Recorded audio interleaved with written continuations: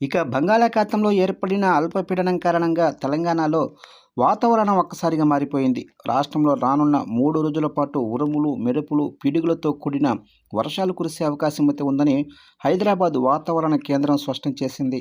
ఇక ఈ మేరకు అధికారుల నుంచి ప్రత్యేక రైన్ అలర్ట్ కూడా జారీ అయింది. ముఖ్యంగా ఉత్తర, మధ్య తెలంగాణ జిల్లాల్లో మోస్తరు నుంచి భారీ వర్షాలు నమోదయ్యే అవకాశం అయితే ఉందని అంచనా వేస్తున్నారు. ఉత్తర ఒడిశా, పశ్చిమ బెంగాల్ తీరాన్ని ఆనుకొని బంగాళాఖాతంలో అల్పపీడనం ఏర్పడినట్లు అధికారులు వెల్లడించారు.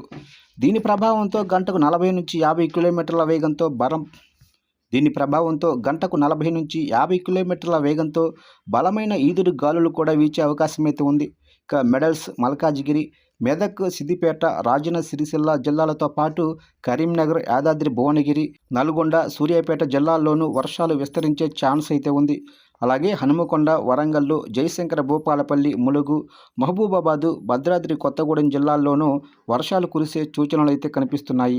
ఇక హైదరాబాద్ నగరంలోనూ వాతావరణం చురుగ్గా మారింది. నగరంలోనే పటాన్చెరు, అమీనాపూర్, లింగంపల్లి, మియాపూర్, కొండాపూర్, బాచుపల్లి, ఎల్బీ నగర్ తదితర ప్రాంతాల్లో ఇప్పటికే భారీ వర్షం కురిసింది. రోడ్లపై వర్షపు నీరు నిలిచిపోవడంతో వాహనదారులు తీవ్ర ఇబ్బందులు పడ్డారు. లోతట్టు ప్రాంతాల ప్రజలు అప్రమత్తంగా ఉండాలని అధికారులు హెచ్చరిస్తున్నారు.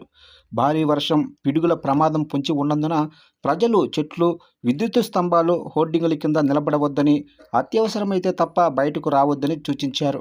మరోవైపు వర్షాల తీవ్రతను బట్టి జిల్లా యంత్రాంగాలు అప్రమత్తంగా ఉండాలని ఆదేశాలు జారీ చేశారు. రైతులు తమ పంటల రక్షణ కోసం తగిన జాగ్రత్తలు తీసుకోవాలని కోరారు. ఇదిలా ఉంటే నైరుతి బెంగాల్ తీరాన్ని ఆనుకొని ఉన్న ఉత్తర ఒడిశా ప్రాంతాలపై ఏర్పడిన ఉపరితల ఆవర్తనం ప్రభావంతో ఆంధ్రప్రదేశ్లోని కొన్ని ప్రాంతాల్లోనూ తేలికపాటి నుంచి మోస్తరు వర్షాలు కురిసే అవకాశమైతే ఉందని రాష్ట్ర విపత్తుల నిర్వహణ సంస్థ తెలిపింది. ఆదివారం పార్వతీపురం, మన్యం, అల్లూరి సీతారామరాజు జిల్లాల్లో అక్కడక్కడ తేలికపాటి నుంచి ఓ మోస్తరు వర్షాలు, మిగిలిన ఉత్తరాంధ్ర జిల్లాల్లో తేలికపాటి వర్షాలు కురిసే అవకాశమైతే ఉందని వెల్లడించింది.